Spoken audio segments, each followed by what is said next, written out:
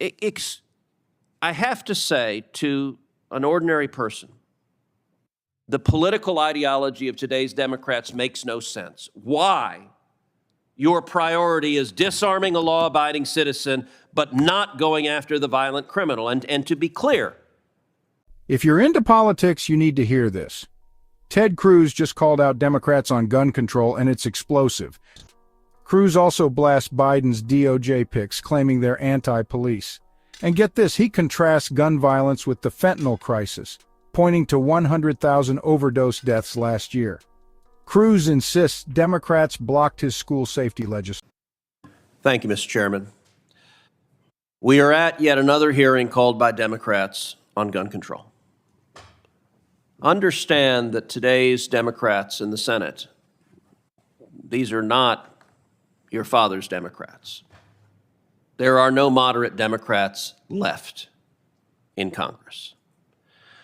Today's Democrats, when it comes to guns, their objective is to disarm law-abiding citizens. They simultaneously embrace policies that release violent criminals from jail. They're not interested in locking up murderers. They're not interested in locking up gangbangers. They're not interested in locking up violent criminals. Instead, they systematically support policies. Their priority is not stopping the criminals. Their priority is disarming law-abiding citizens. I have to say to an ordinary person, the political ideology of today's Democrats makes no sense. Why your priority is disarming a law-abiding citizen, but not going after the violent criminal. And to be clear, it is the radical left that advocates abolishing the police and defunding the police. And when I say there are no moderate Democrats left, the Biden administration has nominated not one, not two, but three of the leading advocates of abolishing the police to senior positions at the U.S. Department of Justice. Every single Democrat on this committee voted to confirm every single one of them, but not just on this committee. Every single Democrat in the United States Senate voted to confirm all three of the Biden nominees, including Rachel Rollins, nominated by the U.S. Attorney in Massachusetts, one of the leading advocates of abolishing the police, as a local prosecutor. She put out a list of violent crimes that she wouldn't prosecute. Who that is the only prevention she has against the violent criminals that the Democrats are unleashing. And by the way, to give you an underscoring of it, look, we have a mental health crisis in this country. I've repeatedly introduced legislation to improve school safety, to invest to double the number of police officers in schools. Democrats objected. To invest $15 billion in mental health counselors in schools.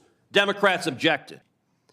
And by the way, they call it a public health crisis because they want to put supposed experts in charge of disarming you. The Second Amendment in the Bill of Rights is not a public health crisis. What is a public health crisis is the crime rates that are skyrocketing because Democrats keep letting murderers and violent criminals out of jail. But Dr. Rainey, let me ask you a question in terms of public health. Right now today, what's the leading cause of death for Americans age 18 to 45? I believe that it's opioids. It is drug overdoses. Last year, more than 100,000 Americans died of drug overdoses. 70% of that came from Chinese fentanyl that is flooding across our southern border because this administration has opened up our southern border to 8.6 million illegal immigrants, has enriched the drug traffickers. Do you think, Dr. Rainey, that fentanyl flooding across our open border on the south that has killed collectively 100,000 overdoses last year, do you think that's a public health crisis? Absolutely. Synthetic fentanyl is a major crisis, and Senator Reid from my home state of Rhode Island has been a leader in trying to stop the supply of synthetic fentanyl. Except he hasn't, because Senator Reid, along with every other Democrat, supports Joe Biden's open borders, because when we try to secure the borders, they block it over and over and over again, and the criminals who come across who are taking people's lives, That is because the Democrats refuse to enforce the law. Senator Cruz, equally important is harm reduction to ensure that those who use opioids have access to things like Suboxone or buprenorphine and methadone to help so that they don't use illicit substances off the street. Thank you.